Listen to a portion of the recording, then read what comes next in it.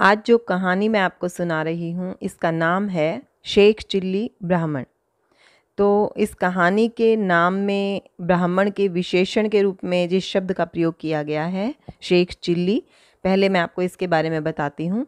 ये जो शेख चिल्ली शब्द है ये एक काल्पनिक मूर्ख व्यक्ति है जिसके बारे में हास्यास्पद कहानियाँ और किस्से प्रचलित हैं। तो आज जिस शेख चिल्ली की कहानी मैं आपको सुना रही हूँ वह दिन में सपने देखता है और सपनों में ही कहीं का कहीं पहुंच जाता है। तो शुरू करती हूँ कहानी। शेख चिल्ली ब्राह्मण। बहुत समय पहले एक ब्राह्मण रहता था। वह भीख मांग कर गुजर बसर करता था। कभी कभी तो उसे कई दिन भूखा रहना पड़ता, कभी मुश्किल से एक समय का खाना जुटा पाता। मगर एक दिन उसकी किस्मत चमकी। कहीं से उसे एक हंडी भर आटा मिल गया। इतना आटा पाकर ब्राह्मण खुशी से फूला न समाया। वह हंडी लेकर घर पहुंचा और उसे अपने बिस्तर के पास लटकाकर आराम से लेट गया। लेटे लेटे उसने सोचा, काश मैं धनवान होता तो मुझे भीख मांगने के लिए दर दर न भटकना पड़ता। यूं ही सोचते सोचते वह अपनी कल्पना के घोड़े दौड़ाने लगा। हंडी में ढेर सारा आटा भरा है। वह सोचता रहा, इतना आटा कि कई दिन बैठे बैठे ही खाऊं तो भी खत्म ना हो। मगर मैं इसे घर पर क्यों रखूं? बेच क्यों ना दूं? अगर देश में अकाल पड़ा हो तो इसे अच्छे खासे दामों में बेचा जा सकता है। मैं बाजार जाकर आवाज लगाऊंगा, आटा ले लो आटा। फिर मेरा आटा खरीदने के लिए बहुत सारे लोग जमा हो जाएंगे। लाओ, हम तुम्हारा आटा 10 रुपए में खरीदेंगे, एक आदमी कहेगा। दूसरा आदमी कहेगा, मैं 15 रुपए दूंगा। अरे 15 क्या चीज है? तीसरा आदमी कहेगा, मैं 20 रुपए दूंगा। बस फिर मैं 20 रुपए में सारा आटा बेच दूंगा। तब मेरे पास 20 रुपए हो जाएंगे। इन 20 रुपयों से एक जोड़ी जूता और धोती खरीदूंगा। नहीं नहीं, ये सब कुछ नहीं खरीदूंगा। मैं 20 रुपए से एक जोड़ी बकरियां खरीदूंगा। उन्हें हरी हरी घास और पत्ते खिलाऊंगा। फिर मेरी बकरियों के बच्चे होंगे और कुछ ही समय में मेरे पास कम से कम 10 बकरियां हो जाएंगी। तब मैं उन बकरियों को बाजार में ले जाऊंगा। बकरियां ले लो बकरियां, मैं जोर जोर से आवाज लगाऊंगा। मोटी ताजी बकरियां। बकरियां देखकर कोई देहाती दौड़ा आएगा और कहेगा, आहा, ऐसी ही बकरियां तो मैं ढूंढ रहा था। वह फौरन 100 रुपए देकर मेरी बकरियां खरीद लेगा। हाँ हाँ, पूरे 100 रुपए में। मैं उन 100 रुपयों से एक लाल रेशमी कोट खरीदूं या फिर एक खूबसूरत पलंग। नहीं, मैं रुपए ऐसे बर्बाद नहीं करूंगा।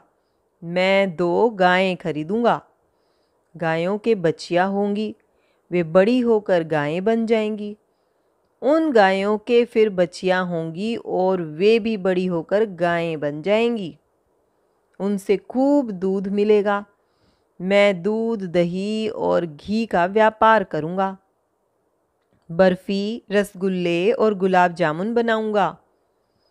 मेरी दुकान में मिठाइयाँ भरी रहेंगी। मिठाई, बढ़िया मिठाई, मैं जोर जोर से आवाज़ लगाऊंगा। ले लो ताजी मिठाई, रसीली मिठाई, मिठाई मिठाई। फिर चारों ओर से बच्चे दौड़े आएंगे। उनके हाथों में चांदी के सिक्के होंगे। मेरी मिठाइयाँ देखकर उनकी लार टपकने लगेगी और युवा, बूढ़े सभी मेरी दुकान में आने लगेंगे। खरीदारों की भीड़ लग जाएगी। मेरा व्यापार चल निकलेगा। मैं दिन ब दिन अमीर होता जाऊंगा। इतने रुपयों का मैं क्या करूंगा?